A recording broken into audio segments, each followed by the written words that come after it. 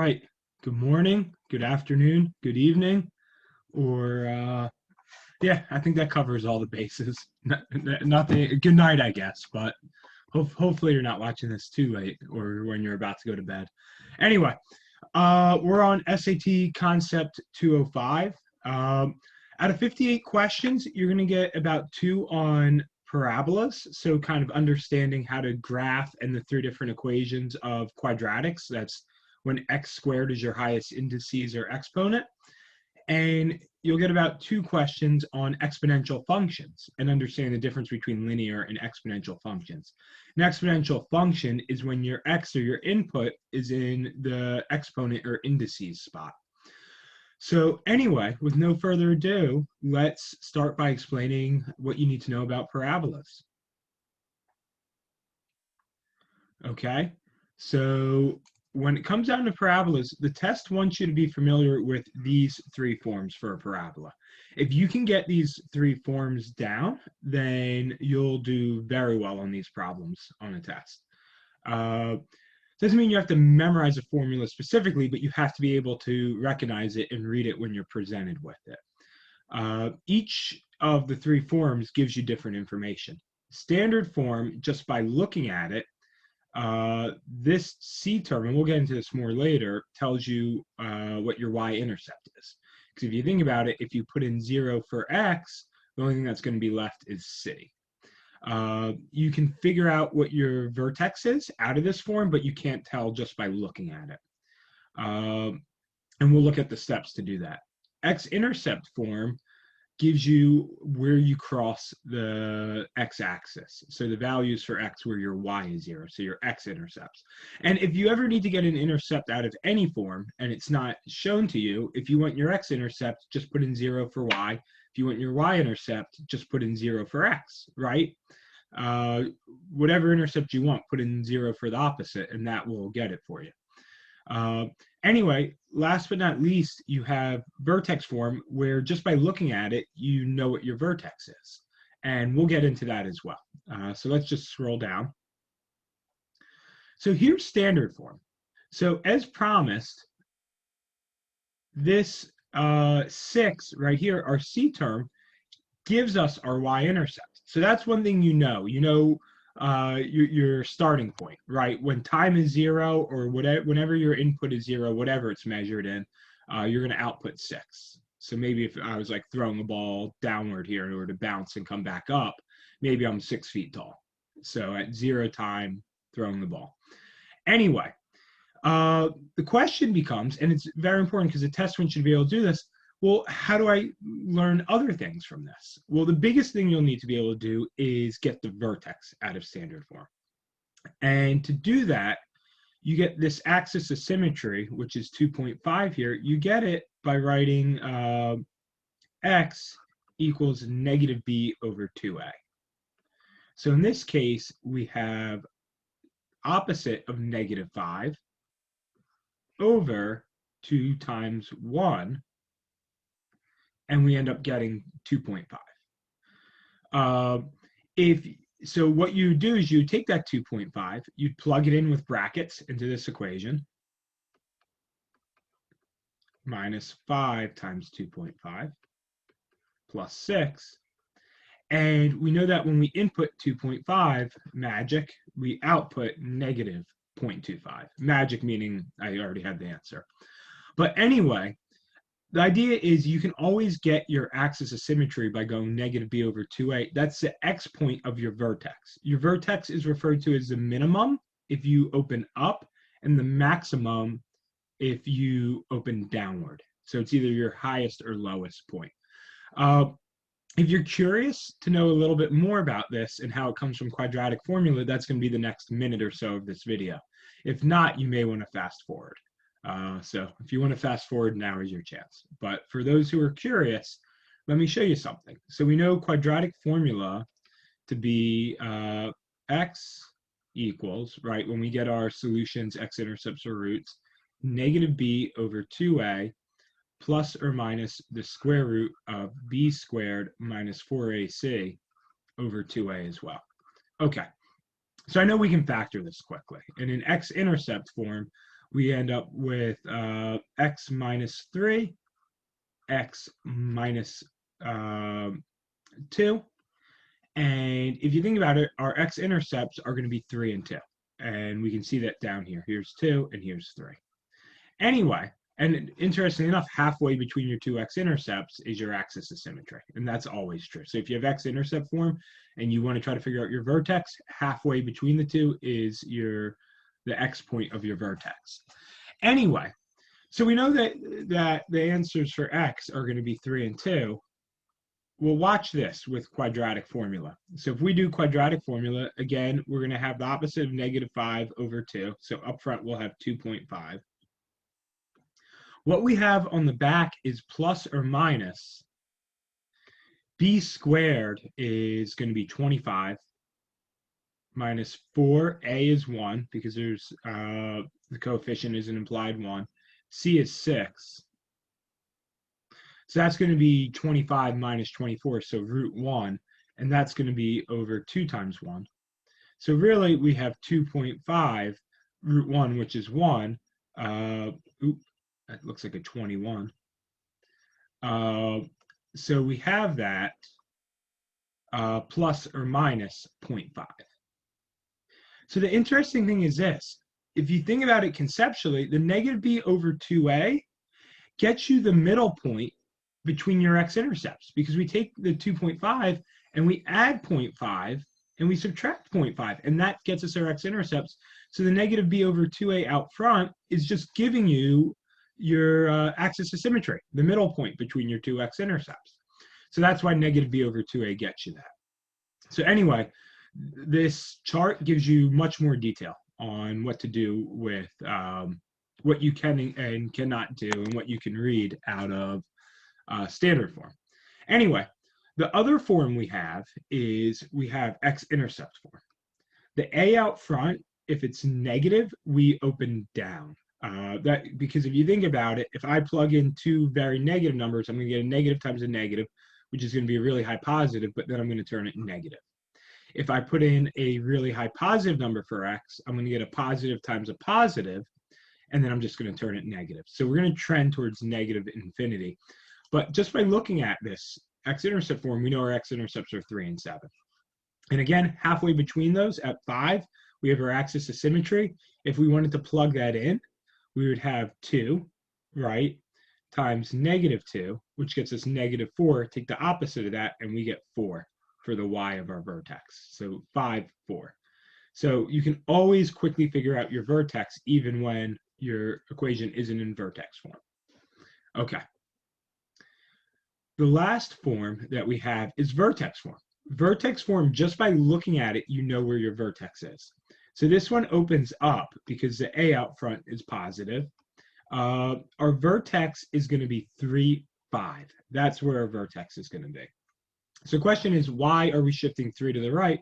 Well, if you think about it, x squared is going to look like this. And hopefully what you remember is if I were to have x minus 10 squared, my function would shift 10 to the right. Right? This would be 10. So you always assume you start off with x squared. The minus 3 is just shifting us 3 to the right. And then the plus 5 is then saying take all that and shift it up 5. So maybe to right here. So that's all that's going on. Is the first shift is your horizontal shift inside the brackets. The second one is your vertical shift. And the horizontal, you kind of do the opposite. The vertical, you just take it at face value. So again, more details on this for you to look at later. But that's vertex form in a nutshell. The other thing I'd encourage you to do is I'd encourage you to try this before you go into the various problems. We have 3 different forms. Based off of these 3 different forms, you should be able to fill out all the points of this parabola. Okay, but anyway, let's look at some test problems and common areas of confusion. So the first one is when they give you a form and they want the equivalent form in a different form. So in this case, I'll read it and then we'll talk about what I actually meant by that. So which of the following is an equivalent form of the function f above in which the minimum value f appears as a constant or coefficient? So a constant is just a number on its own. A coefficient is that number in front of a variable. So when they say they want the minimum value of the function to appear in the equation, essentially that's code for saying they want vertex form. This is going to open up and we want this in vertex form. So the mistake a lot of people make is they don't actually read what the question wants, or they don't understand it, and they circle B because they go, oh, yeah. If I multiply this out, I get x squared minus 4x plus 6x minus 24. And they go, okay, when I, simplify it, I end up with B. And they say, perfect, that's the answer. And they move on. Don't even realize that they didn't read the question. So important to read the question carefully and understand what it's asking. So the reason why B isn't correct, and hopefully you're already saying it in your head, is the idea that it's just not in vertex form. We want to be able to look at the equation and immediately know what the minimum is, the vertex. So if you remember before, this parabola is going to cross at -6, +4, and if it does it halfway between those two, the axis of symmetry is going to be -1, and it will open up. So the question becomes, okay, well, what's our vertex? So if we put in -1 here, we end up with 5 times -5. So our vertex, and clearly this isn't drawn well to scale, is -1, -25. So the only one of these problems, only these two are in vertex form, and only D actually has this correct vertex. Shift 1 to the left, down 25. Okay. So 4 is just like 3. If you want, pause the video and give it a go. But as always, the train has to stay on schedule, so I'm going to keep on talking. So we have standard form. It says, in which of the following equivalent forms of the equation does the minimum appear as a term? Again, it wants vertex form. The funny thing about this is you could do -b over 2a, right, to get your axis of symmetry, or the x of your vertex, -b over 2a. So in this case, we're looking at 25 over 2 times 10, or 5/4 for the x value of our vertex. The interesting thing here is, if you actually look at this, this is an Xintercept form. This hasn't even bothered to isolate the y on its own. This isn't in any particular form because y is not isolated. D is the only one that's in vertex form, and we can tell right here that we're shifting 5/4 to the right. And we don't even have to bother to try to figure out the y of the vertex. You can, to be careful, but you don't need to. D is the only one that's in vertex form. So it's the only viable answer based off of what the question wants from you. Okay, we'll do a few more of these, and then we'll talk about the other side of things, exponential equations. But let me show you some harder ones. I'm going to challenge you guys a little bit. All right. So this is a very technical problem, meaning that it's really easy and straightforward if you know how to get your vertex out of standard form. If you don't, then honestly, you're in a situation where you're probably just going to have to plug points and see what happens, right? Like maybe make a t-chart. If you're ever uncertain, you can always make a t-chart, and you could say, well, let me just try these points. You'll say, maybe let me try -2, let me try 0, and let me try 2, and just see what happens. And you get outputs, and you get an idea of what's going on. And I'll do it real quickly, but the faster way is just to know the form. But anyway, if we did this, we'd get 4 -4. I'm doing it for the -2 plus 2. So we would get out, at -2, we would get out 2. At 0, we'd get out 2. And at 2, we'd end up with 4 plus 4, which is 8, plus another 2 is 10. So if we think about that, does that eliminate any of these? And I think without a doubt, it eliminates C and D, because if you think about it, we need to hit 2 at -2, and these don't do it. These hit 2 here, but there's no way they hit it at a possible value of -2, right? So that gets rid of the possibility of C and D. So if you're ever stuck, you can always plug points. Keep things simple, right? Don't panic, keep things simple. But anyway, the official way to do this, I guess, for lack of a better word, is to say, okay, x equals negative b over 2a. Let me get my axis of symmetry. We'll get our vertex. So what we have is we have negative 2 over 2 times 1. And that gets us negative 1 as the x of our vertex. We put in negative 1 here, we get 1 minus 2 plus 2. The 2's cancel out, and we get negative 1, positive 1 as our vertex. If we go shift 1 to the right and up 1, we're right here. If we shift 1 to the right and up 1, we're right here. So it has to be big, right? So that's a quick way to do that one, is to just understand how to get your vertex out of a form other than vertex form. All right. I think we'll do one more. I'm gonna save 24 for you guys to do later. That's a great thinking problem. Let's do 23. So 23 goes more into this idea that if you're not sure, just plug points. So it wants to know which of the following equations could be represented by the graph in the xy coordinate plane. Well, we know we have x-intercepts at, and we always have to double check that they're counting by ones, and they are, because this is 4, and we have 1, 2, 3, 4 tick marks. But we have x-intercepts at -1 and 1, and if we plug in 0, we know we have to output -2. So let me make a quick t-chart of that.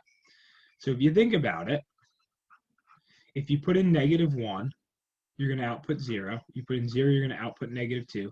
You put in 1, you're going to output 0. So immediately we can get rid of 2 because 2's only x-intercept is at 1. So it gets rid of that. So the question just becomes, do 1 and 3 work with these points? Well, we know that if we plug in -1 for this first one, and I know some of you guys are shouting, just factor out the 2, just factor out the 2. And if you factor out the 2, you end up with 2 x squared minus 1. And what you'll notice there is that if you put in a -1 or 1 for the x, it's going to turn to 0 because it'll be 0 times 2. Obviously, we get the same thing if we just put it in here. -1 squared is 1, 1 squared is 1, times 2 is 2, minus 2 is 0.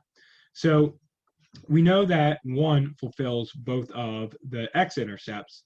We know 2 does just because it is in x-intercept form, and it shows us that.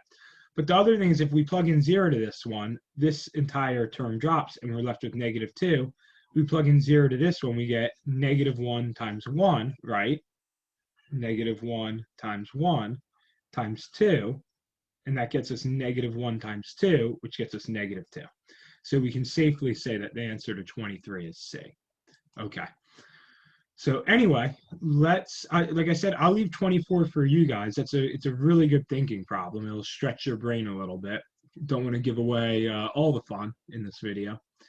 But anyway, let's talk about exponential equations. So a lot of times the test will want you to differentiate between exponential and linear equations. So let's first just talk about what a linear equation is. So here is slope-intercept form. We have, by the way, if you're more interested in linear equations, which are a huge part of the test, that's packet 204, the one before this packet. But anyway, we have 2x plus 10. This is our gradient or slope. I'm going to say slope because that's what the test will call it. This is our y-intercept. And what you notice with any gradient or slope is, first off, if you plug in 0, always plug in 0, you get your y-intercept. But the second thing you notice is that every time we input 1 for x, we rise 2. Our rise over run is 2, and it's constant. Well, in an exponential function, what you have is you have your input, or you're in the exponent spot, or in the indices spot. The 10 is your initial amount, or your y-intercept. Y-intercept, or your starting point. And the 2 is your rate. So we're going to double or increase by 100%. So if you look at this one, and I guess I have months in rabbit populations. We all know rabbit populations probably even multiply faster than what I have here. But anyway, what you notice is if you put in 0 for x, then anything to the 0 is 1. So we have 1 times 10, and that gets us 10. After that, what we're doing every time we go up an exponent, so if I were to do to the second, let's say, we would have 10 times 2 times 2. And the interesting thing here is initially it's 10 times 2, but then the second time it's 20 times 2. So the rate multiplying by 2, that factor is being applied to a greater and greater amount. So we're not just doubling 10 every time, we're doubling the new number. And that creates kind of this skyrocket exponential increase curve that we'll see in a second.